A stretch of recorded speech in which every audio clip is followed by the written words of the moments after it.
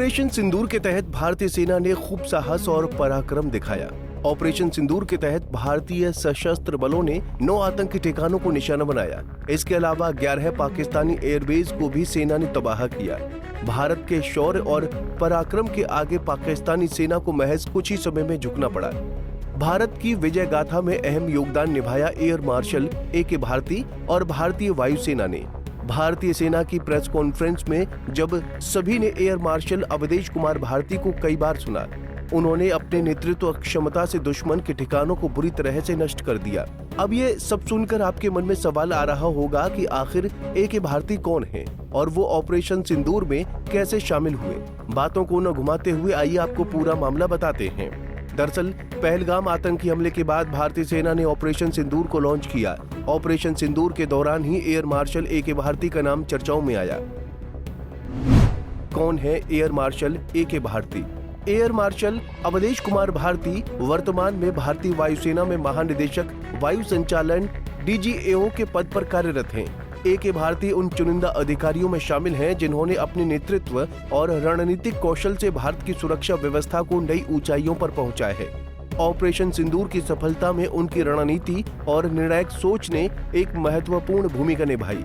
बता दें कि एयर मार्शल भारती बिहार के पूर्णिया जिले के झुन्नी कला गांव से ताल्लुक रखते हैं। उन्होंने अपनी स्कूली पढ़ाई सैनिक स्कूल तिलैया से पूरी की। इसके बाद वो राष्ट्रीय रक्षा अकेडमी यानी NDA पुणे में दाखिल हुए, जहां उन्होंने अपने सैन्य जीवन की नींव रखी।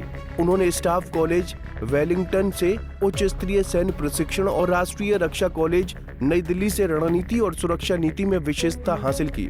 एयर मार्शल भारती के पिता जीवच लाल यादव कोसी परियोजना में अकाउंटेंट के पद से सेवानिवृत्त हुए हैं। उनकी माता उर्मिला देवी का मायका पूर्णिया के श्रीनगर हाता इलाके में है। उनके 2 भाई भी पूर्णिया में ही रहते हैं। एयर मार्शल अवधेश कुमार भारती भारतीय वायुसेना के एक ऐसे अधिकारी हैं जिन्होंने न सिर्फ युद्ध के मैदान में बल्कि नीति निर्माण और अंतर्राष्ट्रीय सैन्य सहयोग में भी अपनी गहरी छाप छोड़ी है।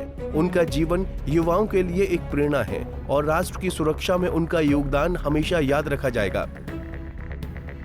भारतीय सेना ने ऑपरेशन सिंदूर के तहत पाकिस्तान में जमकर तबाही मचाई।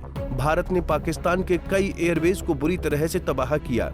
बता दें कि इसकी जानकारी भारतीय सेना ने प्रेस कॉन्फ्रेंस कर दी थी।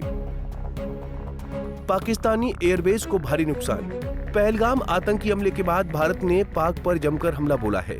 ऑपरेशन सिंदूर के तहत भारत ने 9 आतंकियों ठिकानों पर कार्रवाई की, जिसमें बहावलपुर, मुदीर के सरजाल और मेहमुना जोया और POK के सवाया नाला, मुजफ्फराबाद, सैदना बिलाल, गुलपुर, कोटली, बरनाला, भीमबर और अब्बास के नाम शामिल हैं। इसके अलावा भारत ने पाक के 11 एयरबेस को भी ध्वस्त किया, जिसमें नूर खान एयरबेस, POK में Skardu airbase, Rafiqui airbase, Murid airbase, Sukkur airbase, Sialkot airbase, Chunian airbase, Shahbaz airbase, Sargodha airbase, Pasrur airbase और भोलारी एयरबेस शामिल हैं। जानकारी के मुताबिक भारत की स्ट्राइक से पाकिस्तानी एयरबेस को काफी नुकसान पहुंचा। बताया जा रहा है कि सीज फायर से पहले पाकिस्तान में भारी तबाही हुई है। जानकारी के मुताबिक पाकिस्तानी एयरबेस को नुकसान पहुंचाने में भारत की बनी ब्रह्मोस मिसाइल का अहम योगदान रहा है। ब्रह्मोस मिसाइल दुनिया की सबसे घातक मिसाइलों में से एक मानी जाती है, जिसे इंटरसेप्ट कर पाना बेहद मुश्किल है। वायुसेना के एयर मार्शल ए.के. भारती ने भारत की विजय गाथा की स्क्रिप्ट लिखने में अहम योगदान निभाया है। बहरहाल भारत और पाकिस्तान के बीच सीज फायर तो हो गया है, लेकिन सीज फायर के बाद भी पाकिस्तान अपनी हरकतों से बिल्कुल बाज नहीं आ रहा है। पाकिस्तान की नापाक हरकतों का जवाब भारत पहले भी देता आया है और अब भी देगा। आतंकवादियों के लिए पाकिस्तान एक आसरा रहा है, जहां आतंकवादियों को पाला पोसा जाता है। खैर, भारत ने पाकिस्तान को साफ संदेश दिया है कि अगर पाकिस्तान भारत को आंख दिखाने की कोशिश करेगा तो उसका बुरा हाल होगा। ऐसे में अब भारत पाकिस्तान का रिश्ता किस ओर करवट लेता है, ये देखना बेहद दिलचस्प होगा। Bureau report, Punjab Kesari TV. हमसे जुड़े रहने के लिए हमारे YouTube चैनल को सब्सक्राइब करें और नई वीडियो की नोटिफिकेशन के लिए बेल आइकॉन को दबाएं।